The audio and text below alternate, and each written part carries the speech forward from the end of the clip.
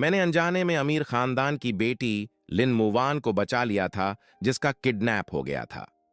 मेरा एहसान चुकाने के लिए लिन फैमिली की बूढ़ी मालकिन ने मुझे दो ऑप्शन दिए। या तो मैं उनकी सबसे प्यारी पोती लिन मुवान से शादी कर लूं, या फिर मुझे एक छोटा सा गोल यानी 100 मिलियन येन दे दिए जाएं। मैंने बिना सोचे सीधे पैसे चुने और तुरंत विदेश जाने वाली सबसे तेज फ्लाइट बुक कर ली। मैं बस यहां से जितना जल्दी हो सके भागना चाहता था। उस बीजिंग की अमीर लड़की लिन मुवान से दूर जाना चाहता था, जिसे मैंने बचाया था, क्योंकि मैं दोबारा जन्म लेकर वापस आया था। पिछली जिंदगी में लिन मुवान को बचाने के बाद मैंने दिन में 5-5 काम किए थे। मैंने बहुत मेहनत करके उसे एक बिगड़ी हुई छोटी प्रिंसेस की तरह पाला था। लेकिन जब वो वापस अपने परिवार को मिल गई तो उसने किसी को भी उस बुरे वक्त का जिक्र करने से मना कर दिया। लिन फैमिली की बूढ़ी मालकिन ने देखा कि मैंने उनके परिवार पर एहसान किया है, तो उन्होंने मुझसे पूछा कि मुझे क्या चाहिए। मैंने बेवकूफी में कहा था कि मैं मुवान से शादी करना चाहता हूं और जिंदगी भर उसका ख्याल रखना चाहता हूं। लेकिन मुझे यह नहीं पता था कि जिस दिन वो वापस लिन फैमिली में आई, उसी दिन से उसे बीजिंग सर्कल के प्रिंस जी बायांग से प्यार हो गया था। शादी के बाद वो मेरे साथ बेहद ठंडी रहती थी, यहां तक कि हर बार जब वो मेरा हाथ पकड़ती तो तुरंत जाकर बाथरूम में हाथ धोती थी। बाद में वो प्रेग्नेंट हो गई। अपने प्यार को किसी का रखैल बनने से बचाने और उसके साथ खुले तौर पर रहने के लिए उसने खुद अपने हाथों से मुझे पहाड़ से नीचे धक्का दे दिया। मरने से पहले वो हाई हील पहनकर मेरे खून के पास आई और हंसते हुए बोली, कुछे, तुम जैसे गरीब बदबूदार आदमी को क्या लगता है कि तुम मेरे पति बनने लायक हो? मेरी पहली पसंद हमेशा आ यांग रहेगा और बैकअप कोई भी हो सकता है। जब मैंने दोबारा आंखें खोलीं तो मैं उसी दिन वापस आ चुका था, जब बूढ़ी मिसेस लिन मुझसे पूछ रही थीं कि बदले में मुझे क्या चाहिए। इस बार मैंने अपने बेकार सपने दिल से निकाल दिए और लिन मुवान की तरफ देखा तक नहीं। मुझे कुछ पैसे चाहिए और अमेरिका की एक फ्लाइट टिकट। कुछ पैसे? गुचे, क्या तुम मेरे साथ चाल चल रहे हो? लिन मुवान की तेज आवाज ने लिन फैमिली विला की शांति तोड़ दी। वो यूरोपियन स्टाइल वाले लेदर सोफे पर हाथ बांधकर बैठी थी। जिन आंखों में कभी मेरे लिए नरमी थी, उनमें अब सिर्फ तिरस्कार और मजाक था। उसे लीन फैमिली में वापस आए अभी 3 दिन भी नहीं हुए थे और वो सस्ता कॉटन ड्रेस जो मैंने पैसे बचा बचा कर उसके लिए खरीदा था, उसकी जगह अब महंगा चैनल सूट ले चुका था। उसकी गर्दन में चमकता डायमंड नेकलेस जैसे हमारे स्टेटस का फर्क दिखा रहा था। बूढ़ी मिसेस लिन सामने वाली सीट पर सीधी बैठी थीं। उनके हाथ में चंदन की छोटी माला थी। उनकी धुंधली लेकिन चालाक आंखें मुझे ऊपर से नीचे तक ऐसे देख रही थीं जैसे किसी बेकार चीज की आखिरी कीमत लगा रही हों। मिस्टर गू, वान एयर सीधी बात करती है, उसकी बात का बुरा मत मानिए। तभी लिन मुवान के पीछे से सफेद सूट पहने एक आदमी बाहर आया। वो था जी बायांग, जो बीजिंग के अमीर लोगों के बीच काफी मशहूर था। वो आकर लिन मुवान के बगल में बैठ गया और आराम से उसका हाथ पकड़ लिया। लिन मुवान ने हाथ नहीं हटाया, बल्कि उसके कान हल्के लाल हो गए और वो उसके और करीब झुक गई।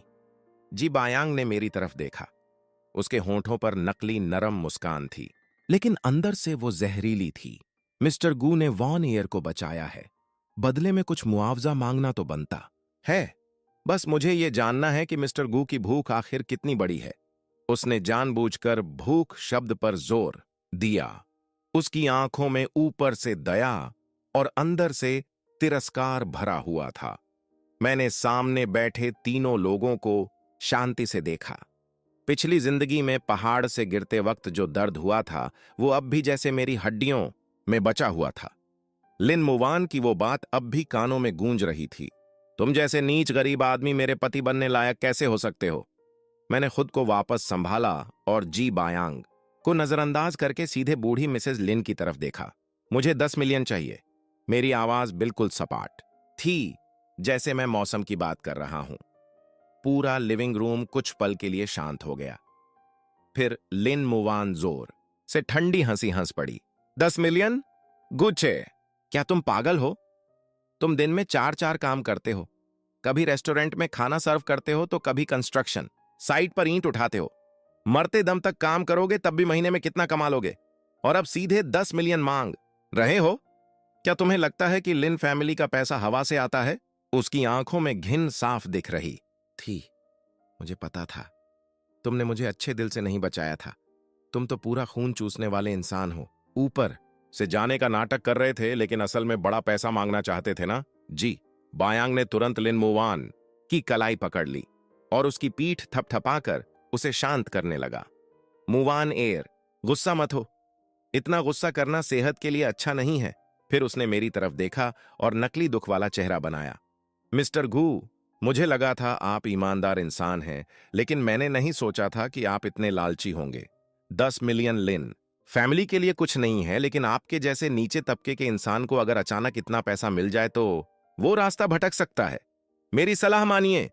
100 या 200 हजार लीजिए और वापस जाकर छोटा बिजनेस शुरू कीजिए। वही आपके लिए बेहतर रहेगा। उसकी हर बात ऊपर से मेरी भलाई के लिए लग रही थी, लेकिन असल में हर शब्द मेरे लालच और मेरी औकात का मजाक उड़ा रहा था। जी बायांग का वो नकली चेहरा देखकर मुझे लगा कि पिछली जिंदगी में मैं कितना बेवकूफ था जो ऐसे घटिया आदमी से हार गया। मैंने उसकी बातों को नजरअंदाज किया और सिर्फ बूढ़ी मिसेस लिन की तरफ देखता रहा। ओल्ड मैडम लिन, क्या मिस लिन की जान 10 मिलियन की भी नहीं है? बूढ़ी मिसेस लिन के हाथ में पकड़ी बुद्धिस्ट माला रुक गई। उनकी धुंधली आंखों में एक ठंडी चमक उभरी। लिन फैमिली झिंगझोउ की सबसे बड़ी अमीर फैमिली में से एक है। अगर बाहर ये बात फैल गई कि लिन फैमिली की बेटी को बचाने वाले को सिर्फ 100 या 200 हजार देकर भगा दिया गया तो हमारी इज्जत कहां जाएगी? ठीक है, 10 मिलियन मिलेंगे तुम्हें। बूढ़ी मिसेस लिन की आवाज भारी थी और उसमें सवाल की कोई जगह नहीं थी। दादी! लिन मुवान बेचैन होकर पैर पटकने लगी। आप इतनी बेहुदा डिमांड कैसे मान सकती हैं? इसके जैसे गरीब इंसान को इतना पैसा मिल गया तो पता नहीं कैसे उड़ा देगी। बूढ़ी मिसेस लिन ने हाथ उठाकर उसे चुप करा दिया। फिर उन्होंने ठंडी नजरों से मुझे देखा। गुच्छे, मैं तुम्हें 10 मिलियन दे सकती हूं, लेकिन यह पैसा लेने के बाद तुम्हें एक कॉन्फिडेंशियल एग्रीमेंट साइन करना होगा। आज के बाद तुम किसी को भी यह नहीं बताओगे कि तुमने मुवान एयर को बचाया था, और किसी भी वजह से तुम दोबारा मुवान एयर या लिन फैमिली के सामने नहीं आओगे। क्या तुम ये कर सकते हो? मैंने बिना एक पल रुके सिर हिला दिया। बिल्कुल। मैं तो आप लोगों से भी ज्यादा यही चाहता हूं कि इस जिंदगी में हमारा दोबारा कभी सामना ना हो। लिन मुवान कुछ पल के लिए चौंक गई। शायद उसे उम्मीद नहीं थी कि मैं इतनी आसानी से मान जाऊंगा। उसके दिमाग में मैं वही इंसान था जो कुत्ते की तरह उसके पीछे घूमता रहेगा और बेशर्मी से उससे चिपका रहेगा। गुच्छे, ये सब दिखावा बंद करो। क्या तुम्हें लगता है कि पैसे लेने से तुम्हारे शरीर से आने वाली गरीबी की बदबू मिट जाएगी? सुन लो, तुम्हारे पास 10 मिलियन भी आ जाएं, तब भी मेरी नजर में तुम एक घटिया गरीब आदमी ही रहोगे। तभी जी बायरोंग सही समय पर बीच में बोला। उसकी आवाज में घमंड साफ था। मिस्टर गू, वान एयर की बातें कड़वी हैं लेकिन सच हैं। अलग अलग दुनिया के लोग जबरदस्ती एक नहीं बन सकते। पैसे लो और वापस अपने कीचड़ वाले जीवन में लौट जाओ। मैं उन दोनों को एक साथ बोलते देखता रहा। मुझे कुछ महसूस नहीं हुआ, बल्कि थोड़ा मजाकिया लगा। पैसे कब मिलेंगे?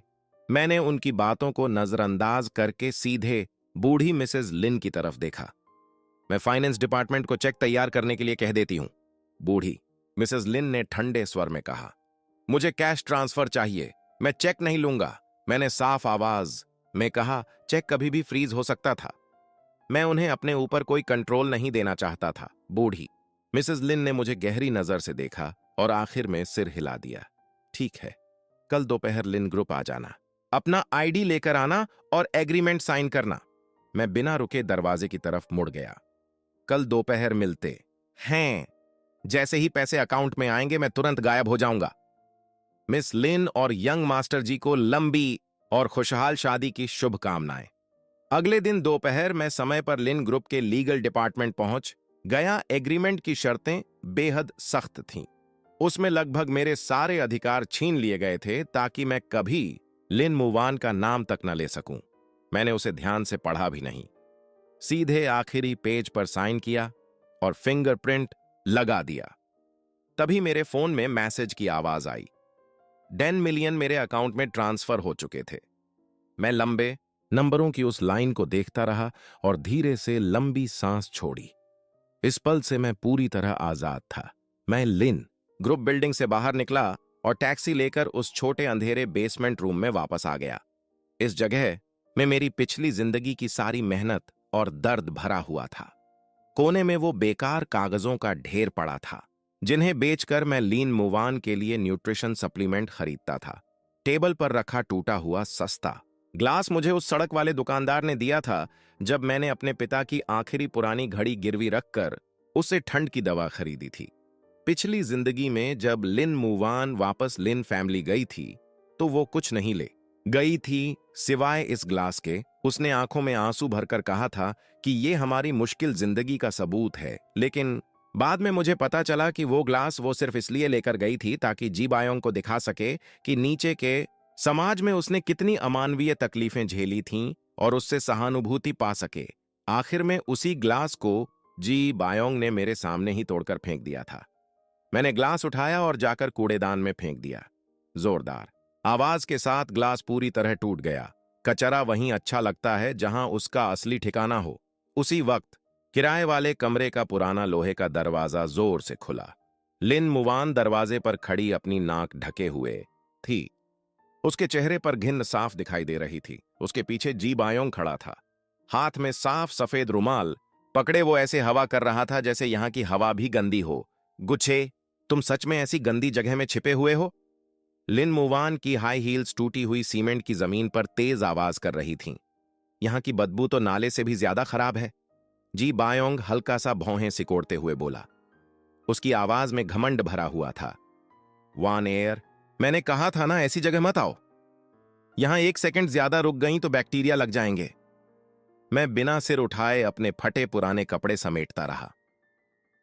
मिस लिन, आप जैसी बड़ी शख्सियत यहां कैसे आ गई? हमारा सौदा खत्म हो चुका है। लिन मुवान अंदर चली आई। उसकी नजर पूरे छोटे कमरे में घूम रही थी। जब उसकी नजर कूड़ेदान में पड़े टूटे हुए ग्लास पर गई तो उसका चेहरा बदल गया। गुच्छे, तुमने वो ग्लास तोड़ दिया? उसने कूड़ेदान की तरफ उंगली की। उसकी आवाज तेज और चुभने वाली थी। मैंने अपने कपड़े पुराने कैनवास बैग में ठूंसे और चेन बंद कर दी। बस एक टूटा हुआ ग्लास था। जगह घेर रहा था इसलिए फेंक दिया। तुम क्या जानते हो? वो तो लिन मुवान पलटकर कुछ कहना चाहती थी, लेकिन अचानक रुक गई। उसने बगल में खड़े जी बायोंग की तरफ देखा और बाकी शब्द निगल गई। वो जी बायोंग के सामने अपने पुराने रिश्ते के लिए कोई लगाव नहीं दिखा सकती थी, लेकिन जी बायोंग ने लिन मुवान के चेहरे का बदलाव तुरंत पकड़ लिया। वो आगे बढ़ा और जमीन पर पड़े टूटे हुए ग्लास को अपने जूते से छूते हुए हल्का सा मुस्कुराया। मिस्टर गू, वान एयर बहुत भावुक है। उसके लिए कचरे में भी मतलब होता है, लेकिन आपने उसे इतनी बेरहमी से तोड़ दिया। आप सच में बिल्कुल भी समझदार नहीं हैं। उसने लंबी सांस ली, फिर वॉलेट से 100 येन का नोट निकाला और भिखारी को दान देने की तरह मेरे पैरों के पास फेंक दिया। 100 येन में ऐसे सस्ते नकली ग्लास की पूरी टोकरी आ जाएगी। इसे वॉन एयर की तरफ से मुआवजा समझ लो और ये मुर्दा जैसा चेहरा बनाना बंद करो। उड़ता हुआ नोट मेरे कैनवास बैग पर गिरा। मैंने अपना काम रोक दिया, धीरे से सीधा खड़ा हुआ और बर्फ जैसी ठंडी नजरों से जी बायांग को देखा। यंग मास्टर जी, आपका पैसा बहुत गंदा है। मुझे उससे घिन आती है। जी बायांग का चेहरा तुरंत उतर गया। गूचे, ज्यादा उड़ने की कोशिश मत करो। क्या तुम्हें लगता है कि 10 मिलियन मिल जाने से तुम मेरे बराबर हो गए? मेरी नजर में तुम अब भी वही रेंगने वाला कीड़ा हो जो सिर्फ पूंछ हिलाना जानता है। लिन मुवान तुरंत जी बायांग के सामने आकर मुझे घूरने लगी। गुचे, तुम्हें क्या हो गया है? बायांग ने तुम्हें अच्छे दिल से पैसे दिए और तुम उसे उल्टा कोस रहे हो। अभी पैसे उठाओ और बायांग से माफी मांगो। उसका वही खुद को सही समझने वाला पक्षपाती रवैया था जैसा पिछली जिंदगी में था। मैंने ठंडी हंसी छोड़ी, फिर अपना पैर उठाकर सीधे उस 100 येन के नोट पर रख दिया और जोर से मसल दिया। माफी? क्या वो इसके लायक है? लिन मुवान, क्या तुम्हें सच में लगता है कि पूरी दुनिया तुम्हारे इर्द गिर्द घूमती है? पहले मैं तुम्हें सिर पर चढ़ाता था क्योंकि मैं अंधा था, लेकिन अब मेरी नजर में तुम इस कूड़ेदान में पड़े टूटे ग्लास के टुकड़े से भी कम कीमत रखती हो। लिन मुवान की आंखें तुरंत बड़ी हो गईं। उसका चेहरा अविश्वास से भर गया। शायद वो मान ही नहीं पा रही थी कि वही गुच्छे जो कभी उसके सामने हमेशा झुका रहता था, आज उससे इस लहजे में बात कर रहा है। तुम तुम मुझसे ऐसे बात करने की हिम्मत कैसे कर सकते हो? वो गुस्से से कांप रही थी और उसने मुझे थप्पड़ मारने के लिए हाथ उठाया। मैंने उसकी कलाई इतनी जोर से पकड़ ली कि वो दर्द से चीख उठी। मिस लिन, अपना ये घमंडी चेहरा अपने पास रखो। मैंने उसका हाथ जोर से झटक दिया। अपने इस अच्छे कुत्ते को लेकर मेरे घर से निकल जाओ, नहीं तो मुझे पुलिस बुलाकर तुम लोगों पर जबरदस्ती घुसने का केस करना पड़ेगा। ये देखकर जी बायांग तुरंत आगे आया और लिन मुवान को संभाल लिया। फिर उसने गुस्से से मुझे घूरा। गुच्छे, बस इंतजार करो। झिंगझो में अगर तुमने मुझे जी बायांग को नाराज किया है तो मेरे पास तुम्हें मौत से भी बदतर हालत में पहुंचाने के 100 तरीके हैं। मैंने अपना कैनवास बैग उठाकर कंधे पर डाला और बिना डरे उसकी आंखों में देखा। मैं हमेशा तैयार हूं, डर बस इतना है कि शायद तुम्हारे पास वो काबिलियत ही ना हो। मैं सीधे किराए वाले कमरे से बाहर निकल गया और उन दोनों को पीछे छोड़ दिया। गुच्छे, तुम इतने बुरे कैसे बन गए? ये बिल्कुल समझ से बाहर है। पीछे से लिन मुवान की गुस्से भरी आवाज आई, लेकिन मैंने पलटकर देखा तक नहीं। कमरे से निकलने के बाद मैं सीधे एयरपोर्ट के पास एक सस्ते होटल में चला गया। मेरी फ्लाइट 6 दिन बाद की थी। अब मुझे बस शांति से इंतजार करना था। लेकिन साफ था कि लीन फैमिली मुझे इतनी आसानी से जाने नहीं देना चाहती थी। तीसरे दिन की शाम मेरे कमरे के दरवाजे पर जोर जोर से दस्तक हुई। बाहर काले सूट पहने 2 बॉडीगार्ड खड़े थे। उनके हाथ में एक सस्ता सूट था। मिस्टर गू, बूढ़ी मालकिन का आदेश है कि आपको आज रात लिन फैमिली के थैंक यू बैंक्वेट में जरूर शामिल होना होगा। बॉडीगार्ड की आवाज सख्त थी। उसमें मना करने की कोई जगह नहीं थी। मैंने भौहें सिकोड़ लीं। एग्रीमेंट साइन हो चुका है और मुझे पैसे भी मिल चुके हैं। मुझे किसी बैंक्वेट में जाने की कोई जरूरत नहीं है। बॉडीगार्ड हंस पड़ा। बूढ़ी मालकिन ने कहा है कि अगर आप नहीं गए तो वो उस कंस्ट्रक्शन कंपनी को बर्बाद कर देंगी जहां आप पहले काम करते थे। सुना है वहां का फोरमैन आपका काफी ख्याल रखता था। मेरी आंखें ठंडी हो गईं। ओल्ड मिसेस लिन अब मासूम लोगों को इस्तेमाल करके मुझे धमका रही थीं। पिछली जिंदगी में उसी ठेकेदार ने मेरे सबसे मुश्किल वक्त में मुझे कुछ 100 युआन उधार दिए थे। मैं भले ही ठंडा इंसान बन चुका था, लेकिन अपने मददगार को मुसीबत में नहीं डाल सकता था। ठीक है, मैं चलूंगा। मैंने सूट लिया और उन्हीं के सामने बदल लिया। सूट साफ तौर पर मेरे साइज से छोटा था। कपड़ा भी बेहद खराब था और मैं उसमें किसी मसखरे जैसा लग रहा था। साफ था कि लिन फैमिली जानबूझकर मुझे बैंक्वेट में बेइज्जत करना चाहती थी ताकि जी बायांग और ज्यादा ऊंचा दिखे। रात 8 बजे बॉडीगार्ड मुझे लगभग घसीटते हुए झिंगझो के सबसे शानदार होटल के बैंक्वेट हॉल में ले गए। भव्य हॉल में चमकदार रेशमी कपड़े पहनी अमीर महिलाएं भरी हुई थीं। जैसे ही मैं अंदर गया, आसपास के लोगों की अजीब नजरें तुरंत मेरी तरफ मुड़ गईं। इतने घटिया कपड़े पहनकर ये अंदर कैसे आ गया? सुना है इसी ने लिन फैमिली की बड़ी बेटी को बचाया था। मेंढक भी हंस खाने का सपना देख रहा है। इसे अपनी औकात तक नहीं पता। बिल्कुल जी, शाओ के सामने तो इसकी कोई तुलना ही नहीं है। ये सारे ताने बिना रुके मेरे कानों में घुसते रहे। मैं बिना भाव बदले कोने वाले सोफे तक गया। वहां बैठकर एक ग्लास पानी उठा लिया। कुछ देर बाद भीड़ में हलचल मच गई। लिन मुवान जी बायांग का हाथ पकड़े ऐसे बाहर आई जैसे कोई बड़ी स्टार हो जिसके चारों तरफ लोग जमा हो। आइस ब्लू रंग की महंगी शाम की ड्रेस में लिन मुवान बेहद खूबसूरत लग रही थी। जी बायांग ने फिटेड ब्लैक टक्सीडो पहना हुआ था और उसकी छाती पर बेहद कीमती नीलम का ब्रोच लगा था। दोनों सच में एक परफेक्ट कपल जैसे दिख रहे थे। स्टेज पर खड़ी बूढ़ी मिसेस लिन चेहरे पर बड़ी मुस्कान लिए मेहमानों का स्वागत कर रही थीं। आप सभी का धन्यवाद कि आपने अपने बिजी समय में से वक्त निकालकर मेरी पोती वान एयर के थैंक यू बैंक्वेट में हिस्सा लिया। वान एयर कई दिनों तक गायब थी, लेकिन जी फैमिली के यंग मास्टर जी बायांग की मदद से वो सुरक्षित वापस लौट सकी। बायांग वफादार और नेक दिल बच्चा है। लिन फैमिली उसकी हमेशा आभारी रहेगी। मैं कोने में बैठा ओल्ड मैडम लिन की बदली हुई कहानी सुन रहा था और मेरे मुंह से लगभग हंसी निकल गई। लिन मुवान को किडनैपर्स से बचाने के लिए अपनी जान जोखिम में डालने वाला मैं था। लेकिन ओल्ड मैडम लिन की बातों में सारा श्रेय जी बायांग को मिल गया, जबकि मैं असली बचाने वाला इतना भी लायक नहीं था कि मेरा नाम लिया जाए। तभी जी बायांग 2 ग्लास रेड वाइन लेकर सीधे मेरी तरफ आया। उसके चेहरे पर नकली मुस्कान थी।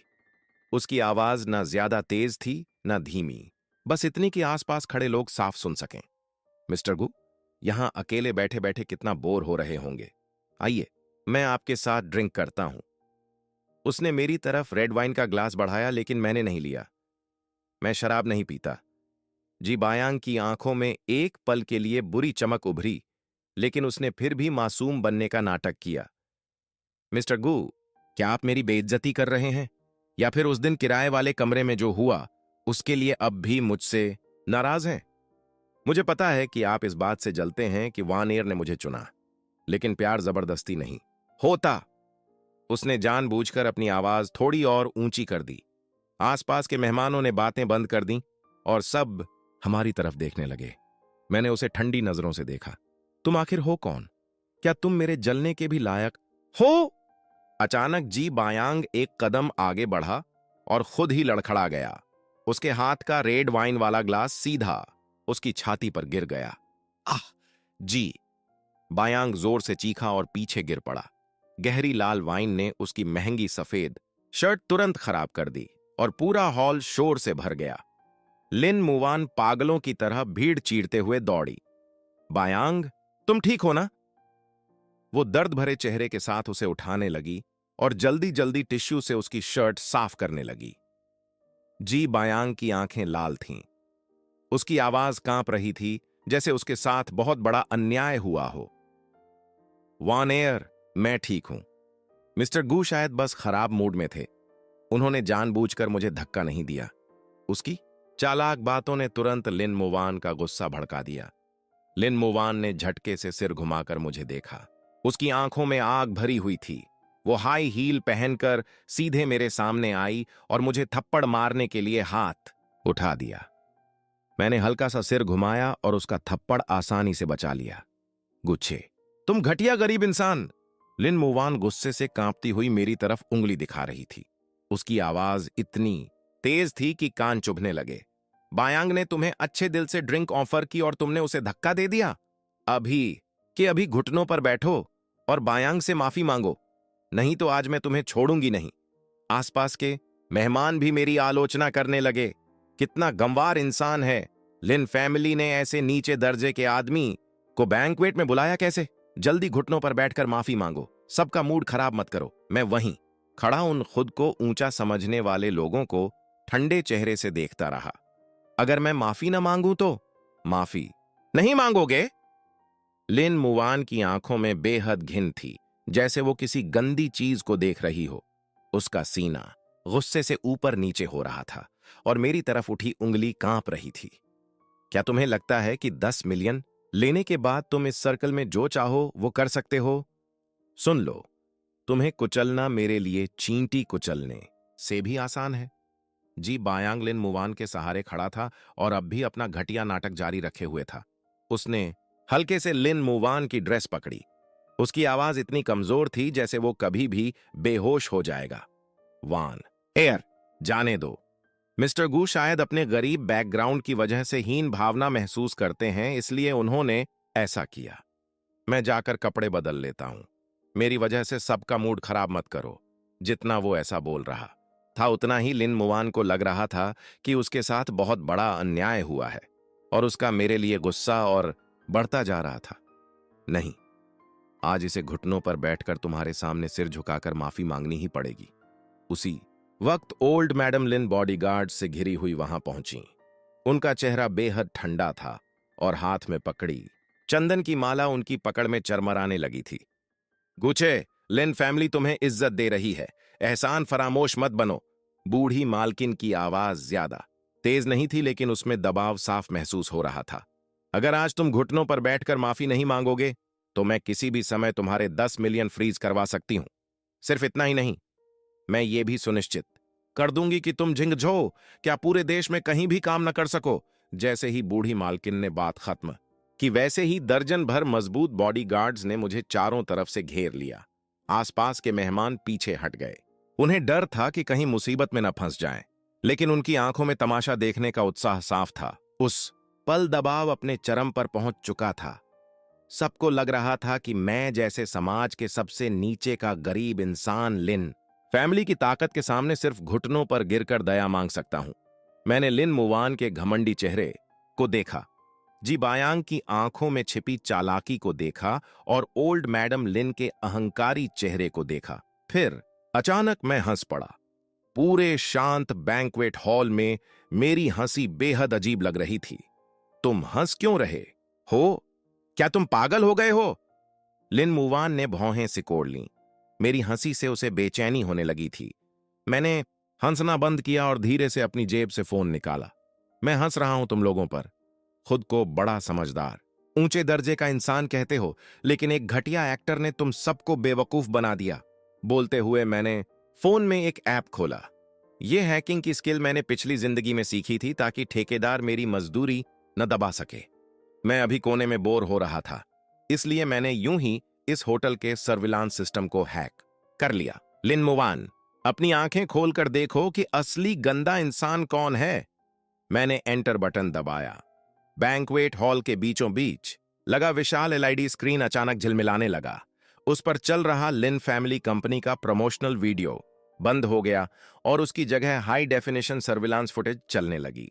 वीडियो में अभी कुछ देर पहले की पूरी घटना साफ दिखाई दे रही थी। जी बायांग हाथ में वाइन ग्लास लेकर मेरी तरफ चलता हुआ आ रहा था। मैं तो उसके पास आते ही आधा कदम पीछे हट गया था। पूरे समय मेरे हाथ जेब में थे और मैंने उसे छुआ तक नहीं था। जी बायांग ने जानबूझकर अपने ही बाएं पैर में पैर फंसाया और फिर बहुत सही तरीके से पूरी रेड वाइन अपनी छाती पर गिरा दी। उसके बाद वो पीछे की तरफ गिर गया और उसका घटिया नकली गिरने वाला नाटक पूरा हो गया। पूरा दृश्य हर एंगल से सबके सामने साफ दिखाई दे रहा था। गिरने से पहले उसके होंठों पर आई चालाक मुस्कान तक स्क्रीन पर साफ दिख रही थी। पूरा हॉल एकदम शांत हो गया। सबकी नजरें बड़ी स्क्रीन पर जमी थीं और सबके चेहरे के भाव अलग अलग थे। जो लोग अभी कुछ देर पहले मुझे घुटनों पर बैठने को कह रहे थे, वो अब ऐसे चुप थे जैसे किसी ने उनका गला दबा दिया हो। मैंने फोन वापस जेब में रखा, फिर हाथ बांधकर राख जैसे चेहरे वाले जी बायांग को आधी मुस्कान के साथ देखा। मिस्टर जी, आपकी एक्टिंग स्किल्स सच में कमाल की हैं। बस थोड़ा ज्यादा ओवर हो गया। तुमने मेरे खिलाफ चाल चली? जी बायांग का बेचारा वाला चेहरा तुरंत मुड़ गया। उसकी आवाज ऐसी तेज हो गई जैसे किसी बिल्ली की पूंछ पर पैर रख दिया गया हो। उसने लिन मुवान को धक्का देकर अलग किया और बड़ी स्क्रीन की तरफ उंगली दिखाकर गुस्से से चिल्लाया, "यह वीडियो नकली है। तुमने इसे एडिट किया है।" लेकिन स्क्रीन पर वीडियो बार बार चलता रहा। हर बार वो वीडियो जी बायांग के चेहरे पर जोरदार थप्पड़ जैसा लग रहा था। अब मेहमान भी धीरे धीरे बातें करने लगे। जी बायांग की तरफ उनकी नजरें सहानुभूति से बदलकर मजाक और घिन में बदल चूकी थीं। तो ये खुद ही गिरा था। अफसोस इसकी एक्टिंग ऑस्कर जीतने लायक नहीं थी। जी फैमिली का यंग मास्टर होकर भी इतना घटिया तरीका अपनाया। सच में शर्म की बात है। इस बार लिन फैमिली ने गलत इंसान चुन लिया। ये सारी बातें सुई की तरह लिन मुवान के कानों में चुभ रही थीं। उसका चेहरा पीला पड़ गया और शरीर हल्का कांपने लगा। उसे बेहद शर्म महसूस हो रही थी, लेकिन फिर भी उसका पहला रिएक्शन मुझसे माफी मांगना नहीं था। गुचे, तुम इतने चालाक कैसे हो सकते हो? चुपके से वीडियो रिकॉर्ड कर लिया? लिन मुवान ने अचानक मुड़कर मुझे घूरा। तुम बस बायांग की इज्जत खराब करना चाहते हो ना? उसकी सोच पूरी तरह जहरीली हो चुकी थी। उसका जिद्दी और अंधा रवैया देखकर मुझे सिर्फ हंसी आ रही थी। लिन मुवान, अगर तुम अपना दिमाग इस्तेमाल नहीं करना चाहती तो उसे किसी जरूरतमंद को दान कर दो। मैंने पास की टेबल से माइक्रोफोन उठाया। मेरी आवाज पूरे बैंक्वेट हॉल में गूंज गई। पहले उसने मुझे उकसाया, फिर खुद पर वाइन गिराई। मैंने सिर्फ सच दिखाया है। इसमें मैं गलत कैसे हो गया? मैंने ठंडी नजरों से पूरे हॉल में मौजूद लोगों को देखा। क्या तुम्हारा यह तथाकथित हाई सोसाइटी सर्कल ऐसे ही काले को सफेद और हिरण को घोड़ा बोलता है? ओल्ड मैडम, लिन गुस्से से कांपने लगीं। उन्होंने मेरी तरफ उंगली दिखाकर चिल्लाया, बदतमीज, बिल्कुल बदतमीज। सिक्योरिटी, इस घमंडी लड़के को यहां से बाहर फेंको। दर्जन भर बॉडीगार्ड फिर से आगे बढ़ गए, लेकिन मैं बिना डरे वहीं खड़ा रहा और ठंडी नजरों से ओल्ड मैडम लिन को देखता रहा। मुझे बाहर फेंकने की जरूरत नहीं है, मैं खुद चला जाऊंगा। लिन फैमिली के 10 मिलियन मुझे मिल चुके हैं। आज के बाद मेरा और लिन मुवान या लिन फैमिली का कोई रिश्ता नहीं रहेगा। मैं तुम्हारे इस गंदे सर्कल में एक दिन भी और नहीं रुकना चाहता। मैंने माइक्रोफोन जोर से टेबल पर पटका, जिससे तेज आवाज पूरे हॉल में गूंज गई। फिर मैं मुड़कर सीधे बैंक्वेट हॉल के बाहर की तरफ चल पड़ा। जहां जहां मैं गुजर रहा था वहां बॉडीगार्ड खुद ही रास्ता छोड़ रहे थे।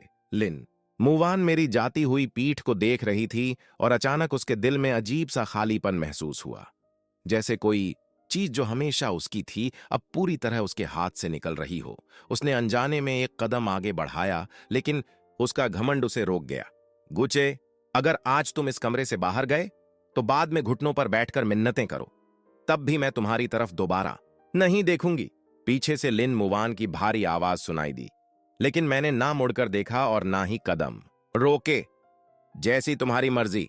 मैंने बैंक्वेट हॉल का भारी दरवाजा खोल दिया और उस धुएं और दिखावे भरी दुनिया को हमेशा के लिए पीछे छोड़ दिया। रात की ठंडी हवा मेरे चेहरे से टकराई और मुझे जिंदगी में पहली बार इतनी आजादी और सुकून महसूस हुआ। जाकर पता लगाओ वो गरीब गुच्छे कहाँ गया है।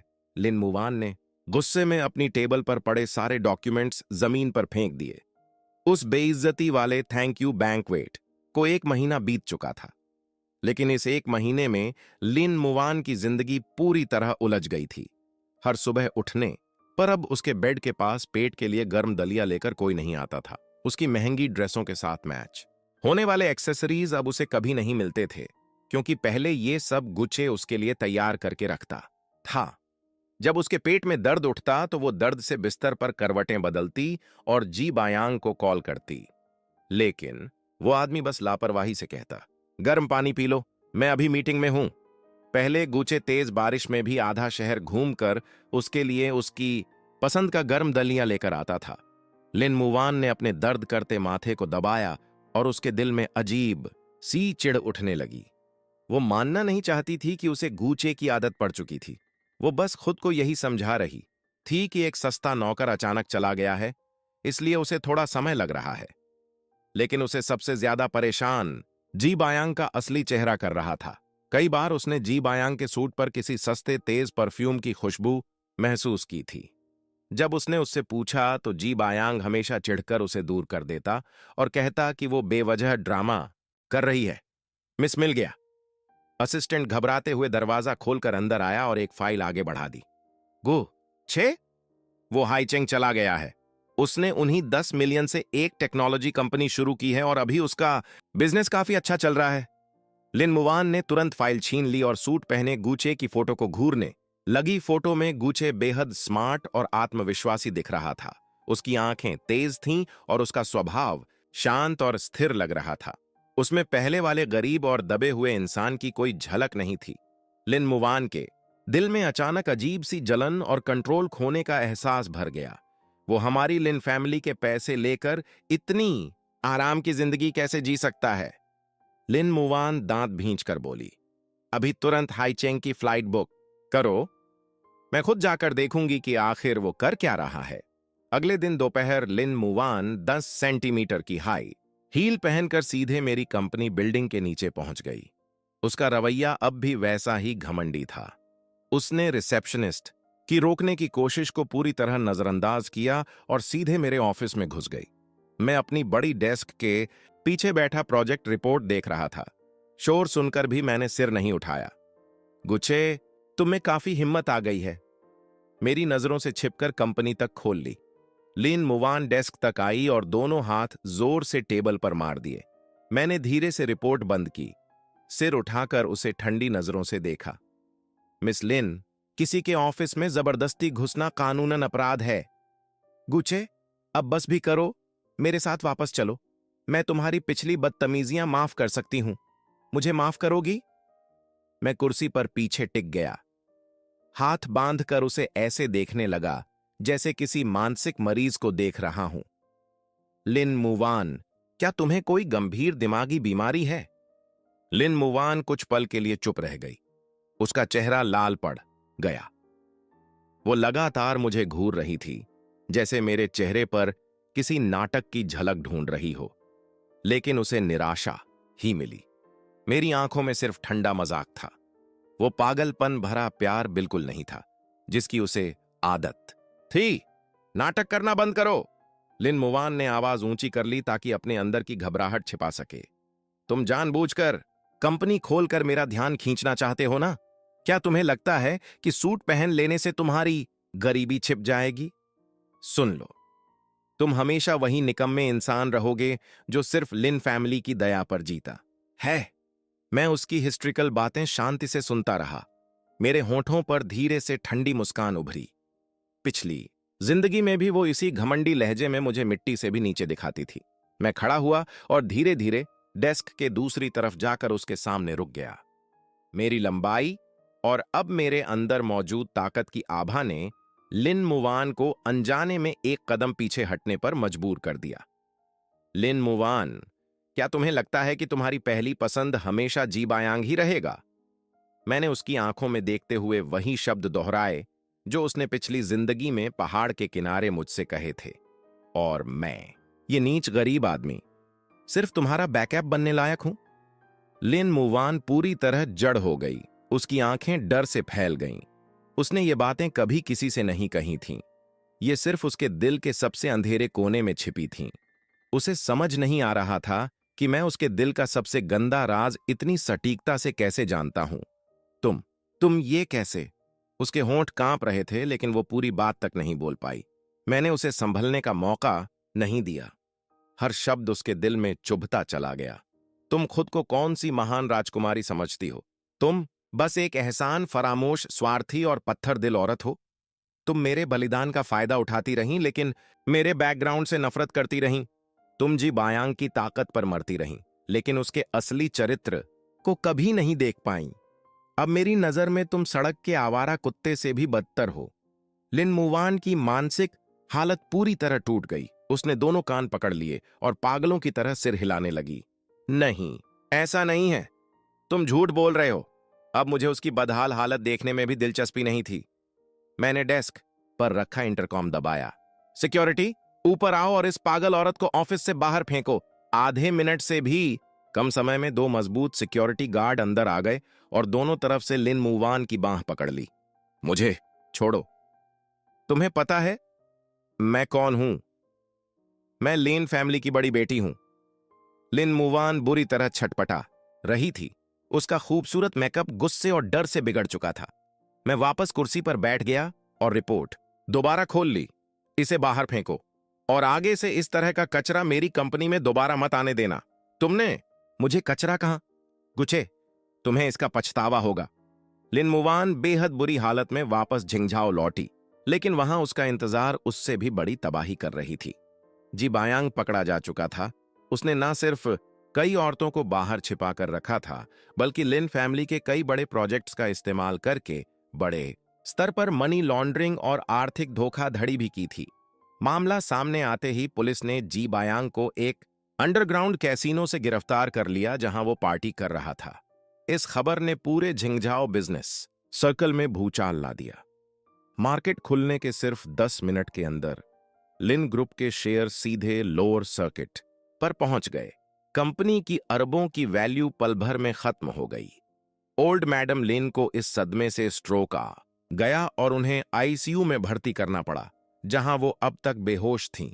लिन मुवान पूरी तरह घबरा गई। वो सीधे डिटेंशन सेंटर पहुंची और जी बायांग से मिलने की मांग की। लोहे की सलाखों के पीछे जी बायांग का हमेशा वाला नरम और सभ्य चेहरा पूरी तरह गायब था। उसका चेहरा टेढ़ा हो चुका था और उसकी आंखें जहरीले सांप जैसी लग रही थीं। तुम यहां क्या करने आई हो? मेरा मजाक उड़ाने? जी बायांग ने जहरीली आवाज में थूकते हुए कहा। लिन मुवान रोते हुए शीशे पर हाथ मारने लगी। बायांग, तुमने ऐसा क्यों किया? तुमने मुझसे झूठ क्यों बोला? तुमने लिन फैमिली को बर्बाद क्यों कर दिया? अचानक जी बायांग पागलों की तरह हंसने लगा। वो इतना हंसा कि उसकी आंखों से आंसू तक निकल आए। तुमसे झूठ बोला? जी बायांग पागलों की तरह हंस पड़ा। यह तुम्हारी अपनी बेवकूफी है। क्या तुम्हें सच में लगा कि मैं तुम्हारे जैसी इस्तेमाल की हुई औरत को देखूंगा भी? अगर लिन फैमिली के संसाधन ना होते तो क्या तुम्हें लगता है कि मैं तुम्हारे जैसी पैसों के लिए तड़पती बेवकूफ को मनाने में अपना समय बर्बाद करता?